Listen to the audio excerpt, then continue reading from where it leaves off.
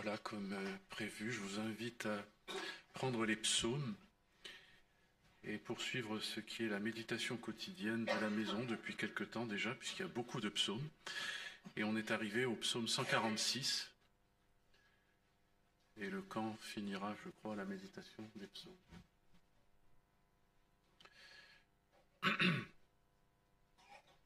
Psaume 146.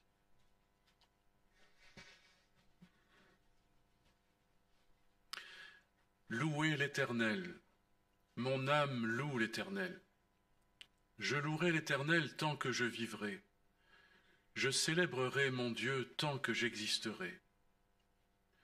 Ne vous confiez pas aux grands, aux fils de l'homme qui ne peuvent sauver. Leur souffle s'en va. Ils rentrent dans la terre.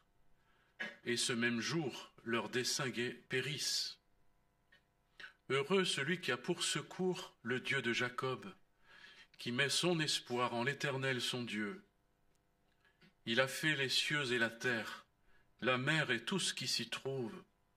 Il garde la fidélité à toujours, il fait droit aux opprimés, il donne du pain aux affamés. L'Éternel délivre les captifs, l'Éternel ouvre les yeux des aveugles, l'Éternel redresse ceux qui sont courbés, l'Éternel aime les justes, l'Éternel protège les étrangers. Il soutient l'orphelin et la veuve, mais il renverse la voie des méchants.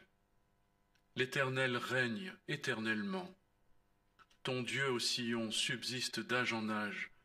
Louez l'Éternel. On lira d'autres textes, mais donc ce psaume est un psaume de louange, comme c'est indiqué clairement. Mon âme loue l'Éternel, je louerai l'Éternel tant que je vivrai. La louange de l'homme qui célèbre la confiance en Dieu, le secours de Dieu, fruit de la confiance en Dieu, et qui se distancie de la confiance dans l'homme. Ne vous confiez pas aux grands, aux fils de l'homme qui ne peuvent sauver, leur souffle s'en va, ils rentrent dans la terre.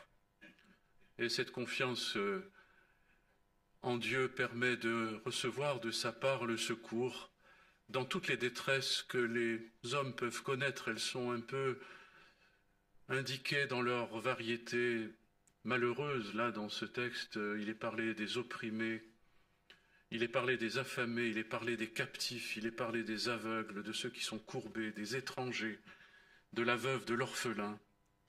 Tous ceux-là reçoivent leur secours en Dieu par la confiance qu'il lui accorde. C'est la promesse de la parole, c'est le témoignage des anciens, et c'est aussi celui que le Seigneur veut établir au milieu de nous. Il nous appelle à faire confiance à son nom, à sa puissance, à sa parole, et on va peut-être le souligner dans la personne du Fils, le Seigneur Jésus, qui est la parole faite chair et qui est venu pour être l'objet de toute notre foi, de toute notre confiance, et nous détourner de toutes les fausses confiances, de toutes les fausses foi.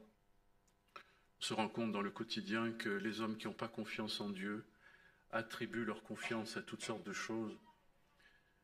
Et il m'est arrivé parfois de dire à des personnes qui faisaient des signes de superstition, qui touchaient du bois, qui disaient des choses qui sont de l'ordre de l'idolâtrie, de la superstition, de la magie même. Je leur ai dit, je préfère donner ma confiance à ce qui est vrai qu'à ce qui est faux. Et le Seigneur veut nous détourner de la confiance dans le faux, dans l'erreur, dans le mensonge. Et c'est terrible de voir, et c'est dramatique de voir à quel point on peut faire confiance aux mensonges et attribuer notre foi à des choses fausses, alors que le Seigneur, qui est vérité, nous avons tellement de peine à lui accorder notre confiance, et pourtant il est la vérité. Christ, le chemin, la vérité, la vie. Nous sommes appelés à faire confiance à celui qui est vrai, et c'est là que, je dirais, notre confiance est comblée, parce que nous sommes toujours trompés lorsque nous nous confions dans l'erreur, et les conséquences sont terribles. Je voudrais lire d'autres textes pour méditer ce passage. Dans Ésaïe 57, verset 15,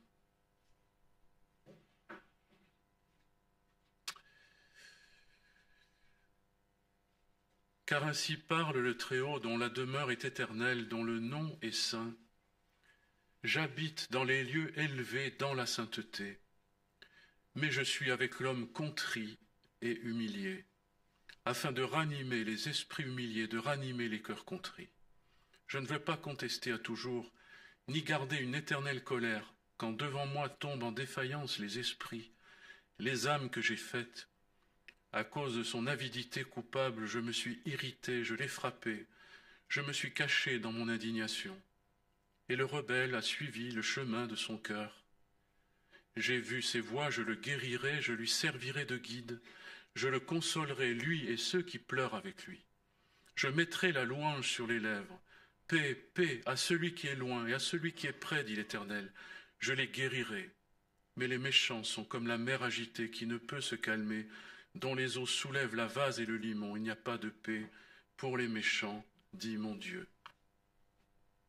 Dans Jérémie, chapitre 17, à partir du verset 5.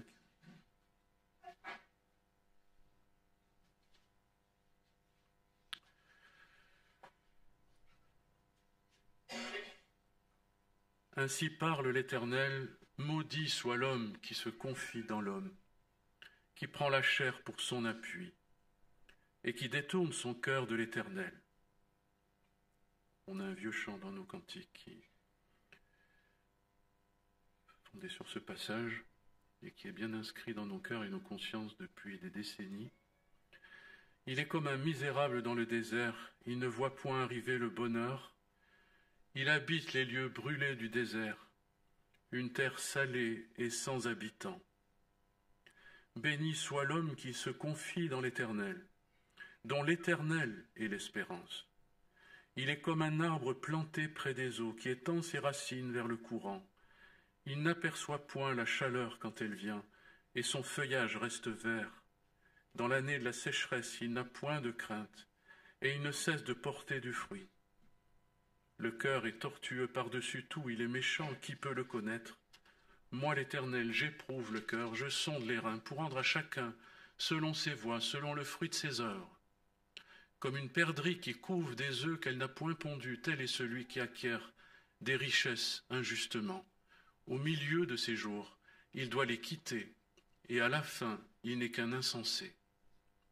Il est un trône de gloire, élevé dès le commencement. C'est le lieu de notre sanctuaire. Toi qui es l'espérance d'Israël, ô Éternel, tous ceux qui t'abandonnent seront confondus. Ceux qui se détournent de moi seront inscrits sur la terre, car ils abandonnent la source d'eau vive, l'Éternel. Guéris-moi, Éternel, et je serai guéri. Sauve-moi et je serai sauvé, car tu es ma gloire.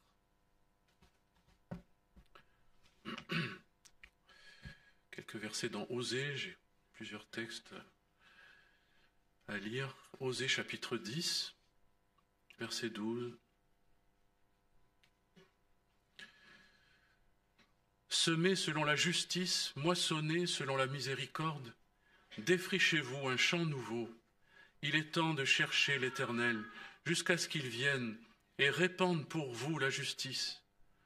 Voici que vous avez cultivé le mal, moissonné l'iniquité, mangé le fruit du mensonge, car tu as eu confiance dans ta voix, dans le nombre de tes vaillants hommes. Jusque-là. Un peu plus loin dans Zacharie, chapitre 4, verset 6. Alors il reprit et me dit, c'est ici la parole que l'Éternel adresse à Zorobabel. Ce n'est ni par la puissance, ni par la force, mais c'est par mon esprit, dit l'Éternel des armées. Qui es-tu, grande montagne, devant Zorobabel? Tu seras aplani. Il posera la pierre principale au milieu des acclamations. Grâce, grâce pour elle. Verset 10. Car ceux qui méprisaient le jour des faibles commencements se réjouiront en voyant le niveau dans la main de Zorobabel. Et alors dans le Nouveau Testament, 1 Corinthiens, chapitre 1, verset 26.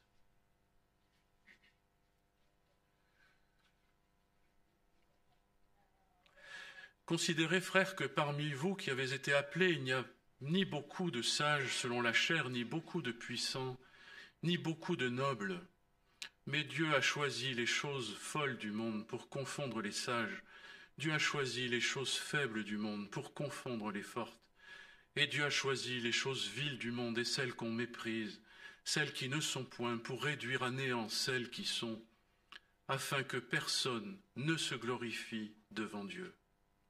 Or c'est par lui que vous êtes en Jésus-Christ, qui par la volonté de Dieu a été fait pour nous, sagesse, justice, sanctification et rédemption, afin, comme il est écrit, que celui qui se glorifie dans le Seigneur. Pour moi, frères, lorsque je suis allé chez vous, ce n'est pas avec une supériorité de langage ou de sagesse que je suis allé vous annoncer le témoignage de Dieu. Je n'ai pas eu la pensée de savoir parmi vous autre chose que Jésus-Christ et Jésus-Christ crucifié. Moi-même, j'étais auprès de vous, dans un état de faiblesse, de crainte et de grand tremblement. Et ma parole et ma prédication ne reposaient pas sur les discours persuasifs de la sagesse, mais sur une démonstration d'esprit et de puissance, afin que votre foi soit fondée non sur la sagesse des hommes, mais sur la puissance de Dieu. Cependant, c'est une sagesse que nous prêchons parmi les parfaits, sagesse qui n'est pas de ce siècle, ni des chefs de ce siècle, qui vont être réduits à l'impuissance. Nous prêchons la sagesse de Dieu, mystérieuse, cachée, que Dieu avant les siècles avait prédestinée pour notre gloire, sagesse qu'aucun des chefs de ce siècle n'a connue, car s'il l'avait connue, il n'aurait pas crucifié le Seigneur de gloire. Et encore quelques versets dans 2 Corinthiens, à la fin, chapitre 13, verset 4. Car il a été crucifié à cause de sa faiblesse, mais il vit par la puissance de Dieu. Nous aussi, nous sommes faibles en lui, mais nous vivrons avec lui par la puissance de Dieu pour agir envers vous. Peut-être le verset 9. Nous nous réjouissons lorsque nous sommes faibles, tandis que vous êtes forts. Ne vous confiez pas aux grands, voilà ce que dit ce psaume, aux fils de l'homme qui ne peuvent sauver, leur souffle s'en va, ils rentrent dans la terre. Il est vrai que, naturellement, nous avons tendance à placer notre confiance dans les grands, dans les hommes grands, dans la force de l'homme, dans ses capacités. Nous cherchons ça, nous aimons ça, nous sommes attirés par la grandeur depuis notre enfance. En général, quand on regarde des films, c'est avec des héros tout-puissants. Quand on regarde ces choses, on se projette inconsciemment, déjà enfant, du côté du vainqueur, du côté du gagnant, de celui qui gagne dans la vie. Et puis, selon l'évolution et l'âge, les pôles d'attraction changent. Et je pensais tout à l'heure sur le banc, dans mon enfance, on n'avait pas la télé, donc pour moi, la grandeur, c'était les gros tracteurs, parce que j'étais fils de paysan. Et disons qu'à partir du moment où un tracteur avait 100 chevaux, c'était extraordinaire, donc je rêvais de ça. Mais j'étais enfant, un peu plus tard, c'était différent. C'était l'adolescence, c'était les profs du lycée que j'admirais. Je me souviens, j'avais photographié mon prof de maths parce que je le trouvais brillant. Et puis, après, c'était aussi un peu les lettres parce que j'aimais les poésies. Donc, c'était Ronsard, c'était Victor Hugo, c'était ces personnages qui brillaient devant moi. Un peu plus tard, à la faculté, c'était les professeurs de médecine qui étaient les gens qui attiraient l'admiration de leur grand savoir et de leur pertinence, etc. Mais j'ai bien dû réaliser que tout ça était vain, et m'étant converti au Seigneur, j'ai bien compris que cela était inutile, parce que c'est vrai que leur souffle s'en va, ils entrent dans la terre. Mais nous avons besoin d'admirer, et dès l'enfance aussi, on admire son père, on admire sa mère, on admire les figures d'autorité, de force, de puissance, et on fonctionne et on vit en relation toujours avec ça, soit de manière soumise et admirative, cherchant leur faveur, cherchant l'intérêt qu'ils nous portent, parce qu'on leur porte un intérêt pour qu'ils portent un intérêt vers nous, parce qu'il y a dans cette confiance dans les grands l'idée d'un secours. Ils ne peuvent sauver, c'est-à-dire on pense qu'ils peuvent sauver. Ils peuvent nous sauver, ils ont un aspect, une image de protection, et c'est ce qu'on cherche. Et on est rassuré par la protection des grands, parce que quelqu'un est au-dessus de nous. Et puis il y a une ambivalence, parce que cette protection peut devenir une domination. Et alors tout d'un coup, cette figure d'autorité qui était protectrice à l'adolescence, pour ce qui est de la relation père-fils, peut devenir une figure d'oppression, et donc on se révolte.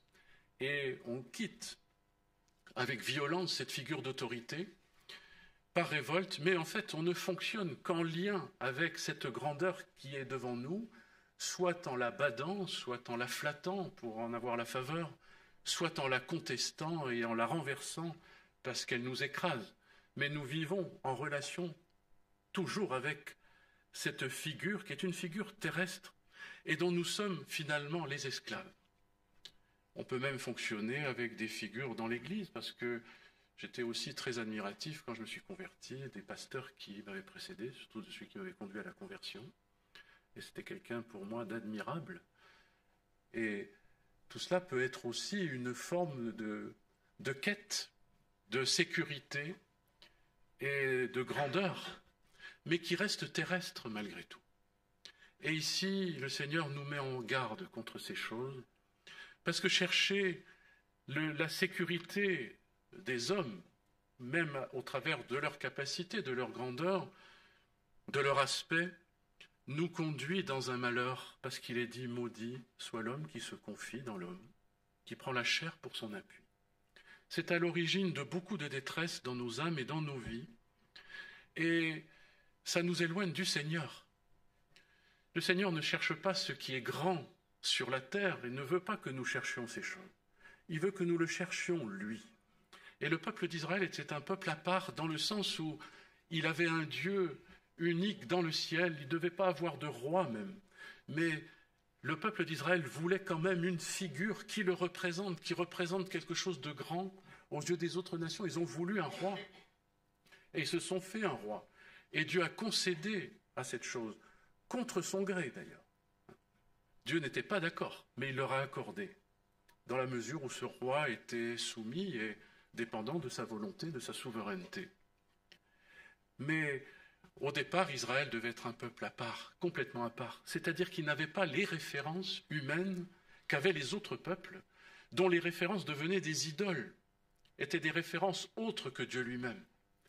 Et Dieu veut aussi nous affranchir de toutes ces références terrestres après lesquelles nous courons, dans lesquelles nous cherchons une sécurité, comme je disais, une protection, une sorte d'image pour nous-mêmes qui viennent couvrir, je dirais, notre propre faiblesse, parce qu'au fond, nous nous sentons faibles, pauvres.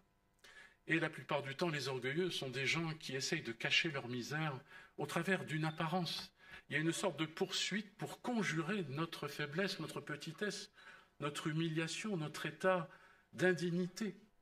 Et souvent, nous sommes très indignes à nos propres yeux, nous sommes humiliés à regarder qui nous sommes. Et donc, nous essayons de travestir tout ça, de l'habiller de quelque chose de respectable, de regardable, si j'ose dire. Mais Dieu n'est pas sur ce terrain. Et nous savons que quand Jésus est venu, il est dit, il n'avait rien pour attirer les regards. Il s'est élevé comme une faible plante, méprisé des hommes. Dieu a cherché pour nous un salut autrement que de la manière dont nous le cherchons. Le salut n'est pas dans toutes ces grandeurs que nous poursuivons. Par contre, Dieu veut nous appeler à reconnaître notre petitesse, notre humiliation, notre condition de faiblesse. Il dit « Je suis avec l'homme contrit, humilié, afin de ranimer les esprits humiliés, de ranimer les cœurs contrits. J'habite les lieux élevés dans la sainteté. » la grandeur de Dieu ne sera pas révélée aux hommes grands, elle est révélée aux humiliés. Il y a une autre grandeur, une autre gloire que Dieu en réserve pour nous. Elle est cachée aux yeux des hommes, elle est voilée aux yeux du monde, elle est voilée à nos propres yeux, jusqu'à ce que dans les épreuves, les difficultés, les souffrances, lorsque aveugles, nous voyons que nous sommes aveugles, lorsque orphelins ou veufs, nous constatons que nous sommes orphelins ou veufs, et je dirais même orphelins en ayant des parents, et veufs en ayant une épouse ou un époux, parce qu'au fond, nous manquons. Il nous manque quelque chose, et il faut être honnête. Ce manque, et toute notre vie est une poursuite à remplir le manque. Nous avons soif de toutes sortes de choses, d'une certaine grandeur, d'une certaine plénitude, et nous courons après. La recherche de la réussite, la recherche dans le mariage, la recherche dans l'épanouissement familial, dans l'épanouissement professionnel, dans tous les épanouissements du monde, est une quête d'une avidité profonde qui est naturelle à l'homme parce qu'il lui manque tout, c'est-à-dire Dieu. Mais nous le cherchons ailleurs. Et nous ne comprenons pas ce que Dieu nous dit. À cause de son avidité coupable, je me suis irrité, je l'ai frappé, je me suis caché. Et le rebelle a suivi le chemin de son cœur. Dieu se cache dans cette avidité. Et parfois on entend, mais le Seigneur ne me parle pas. Le Seigneur ne me répond pas. Pourquoi ? Parce que je suis dans une avidité dans laquelle Dieu ne répond pas. C'est une avidité orgueilleuse, d'élévation, de plénitude pour moi sur la terre, de grandeur de l'homme. De grandeur de l'homme. Et le problème, le piège, c'est que nous cherchons parfois même en Dieu qui nous grandisse. Ça a été d'ailleurs le grand trouble de ce roi d'Israël, ce premier roi, Saül, qui a dit « Je m'humilie, mais honore-moi devant le peuple ». C'est-à-dire que l'on peut même avoir cette perversité d'accepter une forme d'humiliation pour être grandi. C'est la perversité religieuse. C'est cette soif de grandeur qui a fait tomber Saül d'ailleurs, et qui est là comme un piège. Dieu veut nous faire connaître une autre grandeur. Nous allons y venir, c'est celle de sa gloire qui nous a été révélée en Jésus-Christ. C'est ça la grandeur qu'il veut nous faire connaître. Et c'est pourquoi il se cache dans notre quête de grandeur, et même non seulement il se cache, mais il y a une malédiction qui s'abat sur l'homme, qui se confie dans l'homme, qui prend la chair pour son appui. Il est comme un misérable dans le désert, il ne voit pas arriver le bonheur. En général, c'est la déception des hommes qui ont été dans une quête de réussite, une quête de grandeur, une quête d'idéal. Parce que dans les idéaux, il y a toujours une grandeur. Même dans les idéaux de fraternité, dans les idéaux d'amour, il y a une quête de grandeur. Et on est déçu, toujours, un jour ou l'autre, de toutes nos quêtes, même celle de l'amour. Pourquoi ? Pour être dans une sorte de déception et on tombe dans un malheur qui est la solitude, parce qu'on est déçu de toutes les amours, de toutes les fraternités. Et on s'isole dans le désert, on fuit, on part dans l'indifférence. Puisqu'on est indifférent avec moi, je serai indifférent à tous. Et c'est la solitude, c'est le grand malheur des hommes qui pensent pouvoir subsister dans la solitude jusqu'à ce que malheureusement la vieillesse les saisisse et qu'ils se rendent compte. On voit ça souvent maintenant. On a des 68ards aujourd'hui qui ont plus de 70 ans et qui sont des vieillards qui sont encore sur la route. Quand ils arrivent dans la maison, ils sont tout décrépits, les pauvres, et ils n'ont plus les moyens de leur solitude. On n'a plus les moyens en vieillissant de notre solitude. Ça me fait beaucoup réfléchir. Un jour, on devient dépendant. C'est un terme même médical. La dépendance. On devient dépendant. C'est-à-dire qu'on a besoin des autres, jusque dans les domaines les plus insalubres, si j'ose dire, de son intimité. Et c'est terrible que... Voilà, il faut fréquenter un peu les maisons de retraite pour voir le sort de l'humain. Je dirais qui a le plus réussi, c'est d'ailleurs celui qui a réussi à vieillir. C'est la quête, hein. On veut toujours vivre longtemps, mais le prix de la vie longue, c'est de se retrouver vieillard avec des couches et des déambulateurs, et des infirmières et des aides-soignants et tout le monde autour de vous, qui vous énervent, qui vous rendent aigris, qui vous rendent méchants parce que vous avez envie d'être autonome, et on vous casse les pieds, on vous fait déjeuner à l'heure que vous ne voulez pas, on vous habille quand vous ne voulez pas, on vous douche quand vous ne voulez pas. mais vous êtes complètement à la merci de tous. C'est le sort de l'homme et de grands hommes. Il m'est arrivé de voir des grands, comment ils appellent ça, des grands directeurs d'académie et tout ça, déambuler dans des couloirs de manière très misérable, avec une chemise de nuit. C'est ça la grandeur de l'homme. Misérable jusqu'à ce que le sort vienne et qu'il retourne à la terre. C'est ça la grandeur qu'on poursuit, c'est une illusion. Dieu veut nous délivrer de cette illusion. C'est un malheur, c'est habiter une terre salée sans habitants, etc.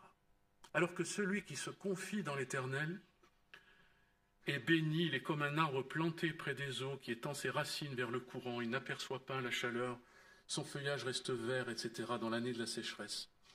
On est appelé à ces choses et le Seigneur veut nous conduire à nous affranchir de cet appétit de grandeur, de la quête de la grandeur, du culte de la grandeur de l'homme, qui est dans beaucoup de philosophies, dans beaucoup de politiques, qui est, je dirais, jusque dans la philosophie des soins palliatifs, même si je suis d'accord qu'il y a une dignité humaine à respecter, tout à fait d'accord. Mais néanmoins, il y a cette contradiction que même en voulant préserver la dignité humaine, on voit qu'il y a quelque chose d'indigne dans l'homme par sa décrépitude. C'est tragique, c'est triste, mais il vaut mieux en être averti et chercher autre chose que cette grandeur-là, avoir une espérance autre que celle qui est en l'homme sur la terre. Toi qui es l'espérance d'Israël, tous ceux qui t'abandonnent seront confondus, ceux qui se détournent de moi seront inscrits sur la terre, ils abandonnent la source d'eau vive qui est l'Éternel. Inscrits sur la terre. Vous avez le sentiment que, à force de chercher la grandeur sur la terre, on est lié à la terre, on est inscrit dans la terre et qu'on va descendre dans la terre. C'est notre sort, une sorte de jugement, d'humiliation, de fatalité sur la vie des hommes qui sont conduits à une humiliation involontaire malgré tout. Et le Seigneur nous appelle plutôt à le chercher lui, à nous approcher de lui parce qu'il est un trône de gloire élevé dès le commencement. C'est le lieu de notre sanctuaire. Il est un trône de gloire. Et ce trône de gloire vers lequel on peut s'approcher, dans le sanctuaire dans lequel on peut entrer, il est réservé à ceux qui sont brisés, humiliés, qui acceptent qu'ils sont dans le manque, qui sont courbés, qui sont veufs, qui sont orphelins, qui sont souffrants, qui sont malheureux. C'est pour eux que Christ est venu. Jésus a dit, je ne suis pas venu pour les bien portants, mais pour ceux qui sont malades. Et le Seigneur se révèle à ceux qui sont malades, souffrants, qui n'ont plus de dignité, qui n'ont plus d'honneur, qui n'ont plus de grandeur, mais qui acceptent l'humiliation de le reconnaître. C'est une humiliation de le reconnaître. Et on se défend bec et ongle contre ces choses, mais il faut l'accepter. Et il a dit non seulement l'accepter, mais il a dit défrichez-vous un champ nouveau. Il est temps de chercher l'Éternel. Tu as eu confiance dans ta voix, dans le nombre de tes vaillants hommes, mais maintenant c'est terminé. Tu avais confiance dans ta force, tu voulais chercher cette force victorieuse. Et tu méprisais les petits commencements. Mais ce n'est pas par la force, mais c'est par mon esprit, dit Dieu. Dieu veut manifester sa grandeur par son esprit. Et ça va se passer par de petits commencements, par une faiblesse, une humiliation. Et nous allons marcher comme des enfants nouveau-nés dans cette connaissance du Seigneur. Nous allons être faibles. Mais je dirais même dans l'Église, il y a un goût pour la force, la puissance de l'homme, la puissance du pasteur, la puissance que Paul a reproché aux Corinthiens. Vous êtes forts. Mais moi j'étais faible, j'étais dans le tremblement avec vous. Vous êtes forts, vous avez des dons extraordinaires. Dons de guérison, dons des langues, quel don spirituel extraordinaire. Manifestation du Saint-Esprit, s'il en est, dans cette église de Corinthe. Manifestation de puissance. Même celle-là peut être au service d'une gloire terrestre. Et il faut être très vigilant. Le Seigneur nous avertit de tout ce qui fait feu de la grandeur dans nos cœurs et dans nos âmes. Je dirais même de la grandeur religieuse, ça dépend de notre milieu. Si on était dans le sport, on se gargariserait de la grandeur des sportifs. Et quand on est dans l'église, on se gargarise de la grandeur de nos pasteurs. Mais il n'y a pas de grandeur. Il n'y a pas de grandeur dans l'homme. en personne. Et d'ailleurs, c'est en l'acceptant qu'on est paisible.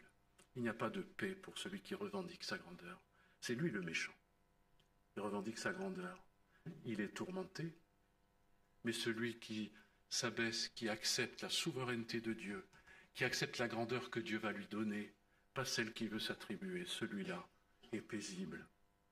Il est comme un enfant sevré auprès de sa mère. Je ne m'occupe pas de choses trop grandes et trop relevées pour moi. Loin de là, j'ai l'âme calme et tranquille, comme un enfant sevré auprès de ma mère. Voilà le psalmiste, je crois que c'est David qui fait ce psaume. Celui-là, je crois qu'il n'est pas de David, mais David a parlé de ça alors qu'il était roi pourtant. Il était grand, mais pas à ses yeux, parce que c'était un pécheur, c'était un homme misérable. L'apôtre Paul était grand, mais pas à ses yeux. Il était le plus grand des pécheurs, oui, parce qu'il avait persécuté l'Église de Jésus-Christ, et il en était humilié. Et il dit, c'est dans la faiblesse que je m'approche de vous, dans le tremblement. Et c'est ce témoignage qu'il a laissé, mais la grandeur véritable était celle de Christ lui-même, celle à laquelle il veut nous attacher. Et il a prêché cette grandeur du Seigneur Jésus, cette révélation de sa personne qui a été envoyée du ciel comme une sagesse nouvelle, comme une connaissance nouvelle que Dieu a cachée au monde, il a caché aux grands, il a caché aux sages, il a révélé à ses enfants, il nous la révèle. Cette grandeur de Jésus-Christ en nous qui est toute chose. Christ en nous. Il est tout pleinement en nous. Voilà ce que dit Paul. Il est tout en nous. C'est-à-dire ce qui nous manque. Ce qui manque à l'aveugle, c'est la vue. Ce qui manque à celui qui est courbé, c'est d'être redressé. Ce qui manque à la veuve et l'orphelin, c'est l'affection d'un mari ou d'un père.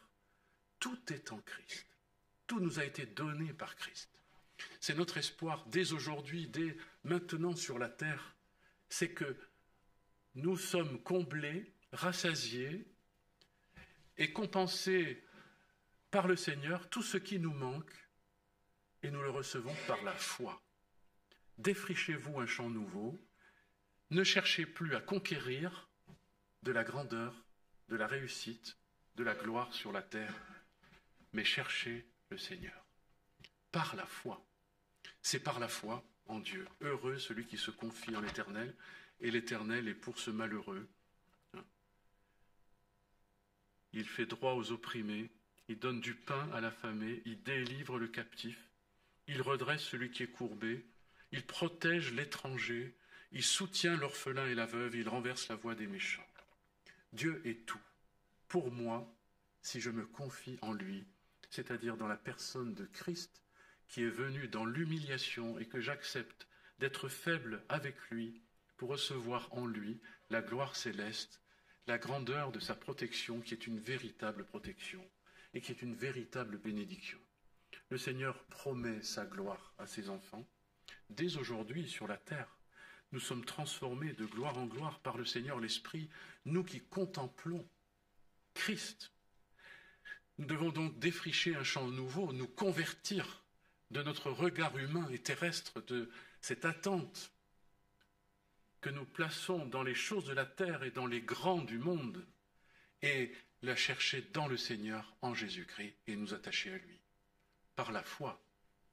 La foi en Jésus est ce qui va compenser tous les besoins les plus profonds de notre être, que nous traînons peut-être depuis nos enfances malheureuses ou nos enfances frustrées, nos enfances contrariées, et pas seulement nos enfances, mais aussi notre vieillesse, parce qu'il sera avec nous aussi dans notre vieillesse. Quand nous allons décliner, il restera notre gloire. Quand nous n'aurons plus de gloire dans les apparences, plus de gloire dans notre discours, quand il n'y aura plus de gloire dans même notre pensée, parce qu'elle sera discontinue, elle sera morcelée, peut-être. Et il m'est arrivé de voir des personnes dans la foi atteintes de la maladie d'Alzheimer, et quand même dans une grande dignité, parce que paisible, parce que sereine, parce que ayant reçu le Seigneur, même très tard pour une dame dont je me rappelle, et qui a vécu quelques années dans cette démence, mais silencieuse. Il y a une grande gloire, une grande dignité dans l'humiliation acceptée. Il a été conduit comme un agneau, une brebis qu'on tondait et qu'on menait à la boucherie sans ouvrir la bouche. la grandeur du Seigneur, c'était cette dignité qui s'est manifestée dans son humiliation. La dignité de la victoire sereine parce que confiance dans celui qui est le Dieu et Père et créateur de toutes choses, auteur de toutes choses, qui est souverain sur la vie et sur la mort. Nous sommes appelés à connaître cette paix, cette sérénité dans la confiance, par la plénitude de la présence de Christ en nous, qui est la promesse pour le présent et pour l'avenir. Promesse de protection, promesse de gloire.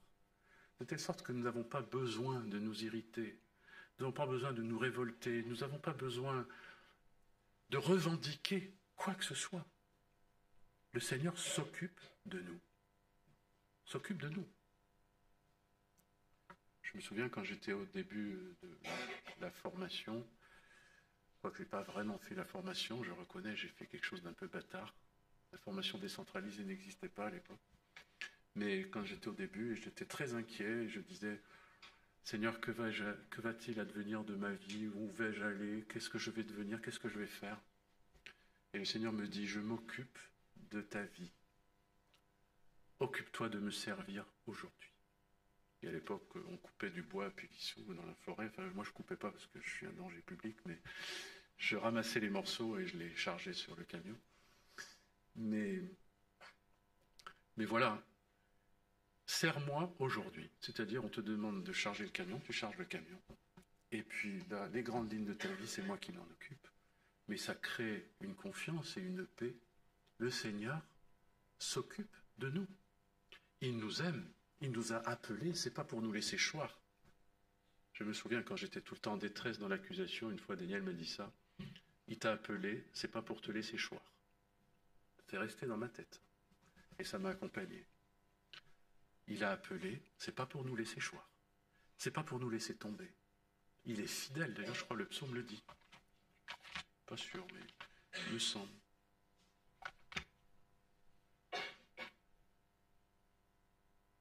Il semblait qu'il y avait une question de fidélité dans le texte. Je ne sais plus où je l'ai lu. Enfin bon. Dieu est fidèle. C'est-à-dire il répond à ses promesses, il tient ses promesses et il nous accompagnera. Et je peux me laisser porter par cette certitude. Il m'a appelé, il m'a donné la révélation du Fils, la révélation de sa gloire, l'espérance de la vie éternelle. Et comme on a entendu hier soir, cette promesse d'être invité au repas des noces de l'agneau, ce festin, c'est le but de la parole, c'est le but de son sacrifice. C'est la raison pour laquelle Christ est venu sur terre. C'est pour nous sauver, nous arracher au siècle présent, au monde et à la terre, pour nous donner une espérance impérissable, un royaume inébranlable, de façon à ce que nous soyons fortifiés dans notre âme, je dirais malgré nos tremblements, nos faiblesses dans les circonstances difficiles, nos incompréhensions, nos doutes parce que nous ne comprenons rien à rien, parce que l'homme est une contradiction permanente et nous le voyons partout autour de nous, dans le monde, dans l'Église et dans notre propre vie.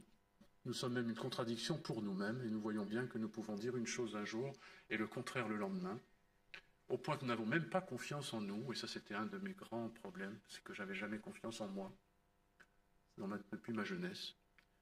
Mais la parole, ce que le Seigneur dit, c'est véritablement un roc, c'est une ancre de l'âme, c'est quelque chose qui vous tient debout, qui vous affermit, parce que ça demeure, ça ne périt pas.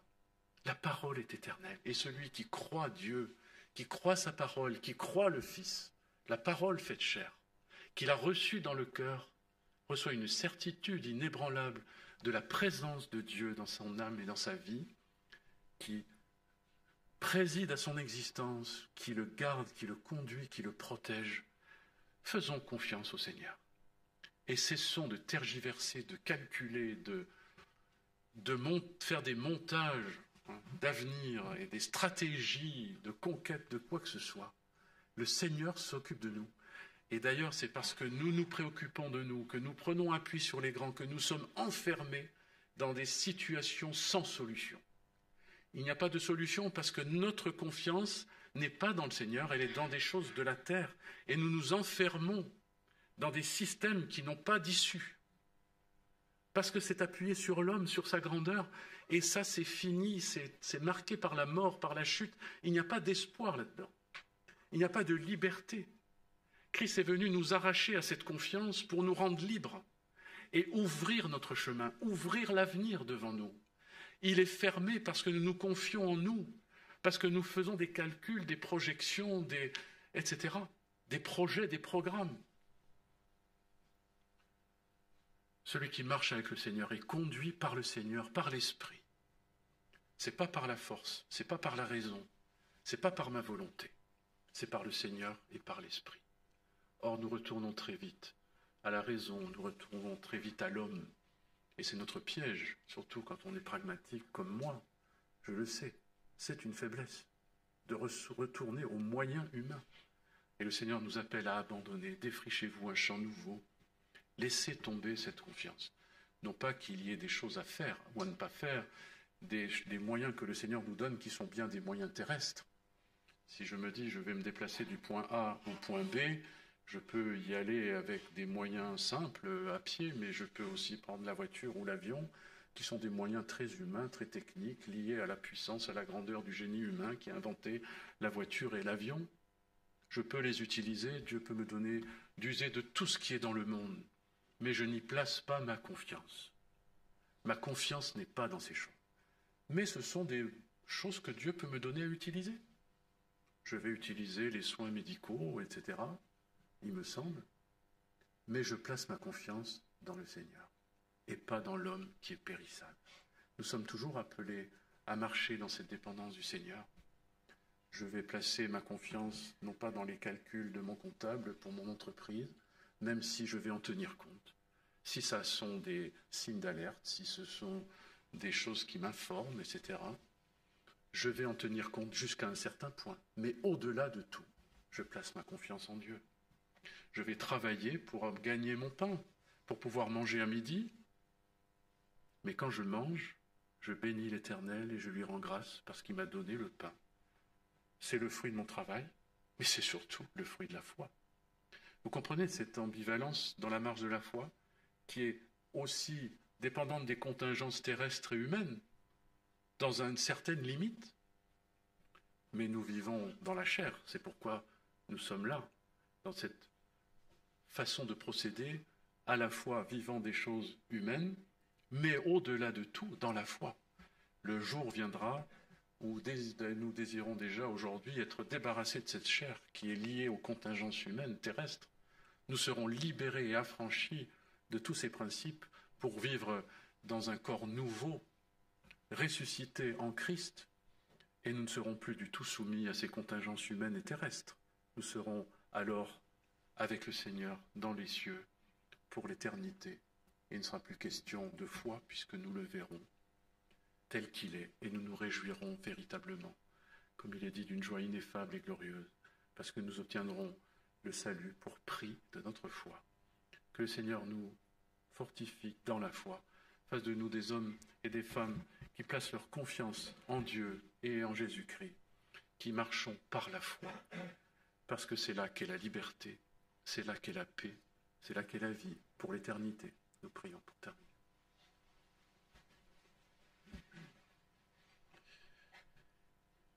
Seigneur, nous approchons de toi en te priant de pardonner, Seigneur, toutes les exigences de grandeur que nous avons poursuivies avec contestation ou avec dépit, découragement. Seigneur, tu sais notre misère, pourtant tu nous as aimés, tu nous as cherchés. Et parfois tu t'es opposé à nous parce que nous étions dans cette avidité coupable, tu t'es tenu dans le silence. Mais nous venons à toi, nous humilions nos cœurs dans ta présence parce que nous sommes assoiffés d'orgueil et de grandeur, et nous ne voyons pas celle que tu veux nous donner. Mais tu as choisi les choses faibles et viles du monde, et nous voulons accepter d'en être de ces hommes humiliés par leur faiblesse, par leur manque, par leur maladie, par leur souffrance, par leurs limites. Nous n'avons ni sagesse, ni force, ni même de volonté suffisante, Seigneur. pour pouvoir avoir confiance en nous, en quoi que ce soit. Mais nous acceptons que notre confiance soit perdue, pour qu'elle soit en toi seul, parce que tu es le Dieu véritable, tu es le Dieu de la parole éternelle, le Dieu de Jésus-Christ. Nous tournons nos cœurs vers toi, par le Seigneur Jésus, pour te contempler, pour recevoir cette promesse éternelle de gloire qui nous est accordée dans le bien-aimé, en Christ qui a donné sa vie pour nous. Nous recevons ton amour. Nous croyons que tu t'es abaissé jusqu'à nous dans ta bonté. Nous voulons accepter de perdre toutes les références humaines, terrestres, pour nous confier en toi, Seigneur, tout en acceptant les contingences de la terre. Seigneur, nous acceptons toutes ces choses, de vivre sur la terre dans cette imperfection obligée, liée à la chair, mais dans l'espérance de la perfection qui est en toi, que nous avons déjà reçue aujourd'hui par le Saint-Esprit. Nous la saisissons dans la foi, et chaque jour, nous voulons marcher par la foi jusqu'au dernier jour. Permets, Seigneur, quand tu reviendras, que nous soyons trouvés debout dans la foi en toi. Et dans cette foi, nous voulons te contempler et nous laisser transformer en ton image de gloire en gloire par le Seigneur l'Esprit. Ô Seigneur, fais cela parce que ça n'est pas en nous, mais ça vient de toi, et nous le croyons. Que ce soit pour ta gloire. Amen.